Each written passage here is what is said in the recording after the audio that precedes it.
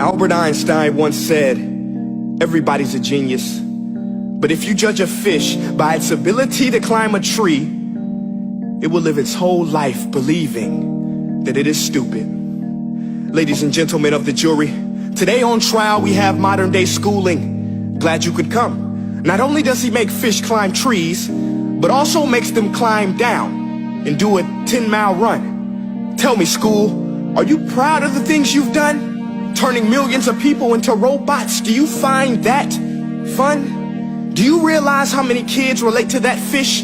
Swimming upstream in class, never finding their gifts, thinking they are stupid, believing they are useless? Well, the time has come, no more excuses. I call school to the stand and accuse him of killing creativity, individuality, and being intellectually abusive.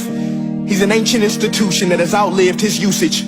So, Your Honor, this concludes my opening statement, and if I may present the evidence of my case, I will prove it. Proceed. Exhibit A. Here's a modern day phone. Recognize it? Here's a phone from 150 years ago. Big difference, right? Stay with me. Here's a car from today, and here's a car from 150 years ago. Big difference, right? Well, get this. Here's a classroom of today, and here's a class we used 150 years ago. Now ain't that a shame? In literally more than a century, nothing has changed. Yet you claim to prepare students for the future? But with evidence like that, I must ask, do you prepare students for the future or the past?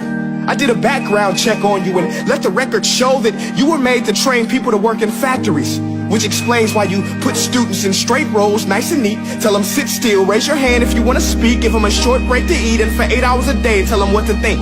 Oh, and make them compete to get an A. A letter which determines product quality, hence grade A of meat. I get it. Back then, times were different. We all have a past. I myself am no Gandhi. But today, we don't need to make robot zombies. The world has progressed. And now we need people who think creatively, innovatively, critically, independently, with the ability to connect. See, every scientist will tell you that no two brains are the same. And every parent with 2 or more children will confirm that claim. So please explain why you treat students like cookie cutter frames or snapback hats, giving them this one-size-fits-all crap. Watch your language. Sorry, Your Honor, but if a doctor prescribed the exact same medicine to all of his patients, the results will be tragic. So many people will get sick, yet when it comes to school, this is exactly what happens, this educational malpractice, where one teacher stands in front of 20 kids, each one having different strengths, different needs, different gifts, different dreams, and you teach the same thing the same way? That's horrific. Ladies and gentlemen, the defendant should not be acquitted. This may be one of the worst criminal offenses ever to be committed.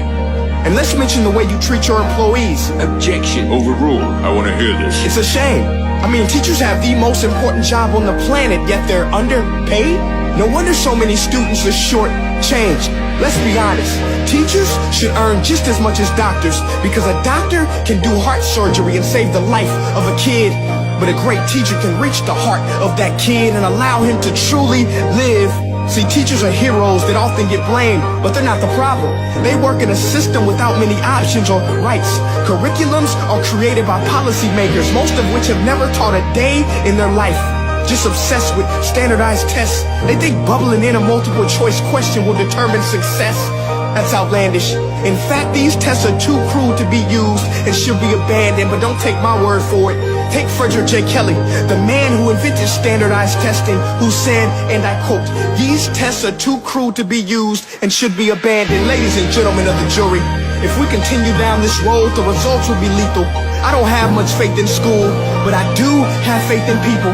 And if we can customize healthcare, cars, and Facebook pages, then it is our duty to do the same for education, to upgrade it, change it, do away with school spirit, because that's useless.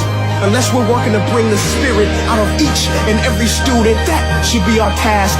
No more Common Core. Instead, let's reach the core of every heart in every class. Sure, math is important, but no more than art or dance. Let's give every gift an equal chance. I know this sounds like a dream, but countries like Finland are doing impressive things. They have shorter school days, teachers make a decent wage, homework is non-existent, and they focus on collaboration instead of competition. But here's the kicker, boys and girls. Their educational system outperforms every other country in the world. Other places like Singapore are succeeding rapidly. Schools like Montessori, programs like Khan Academy, there is no single solution. But let's get moving, because while students may be 20% of our population, they are 100% of our future. So let's attend to their dreams, and there's no telling what we can achieve. This is a world in which I believe, a world where fish are no longer forced to climb trees. I'll rest my case.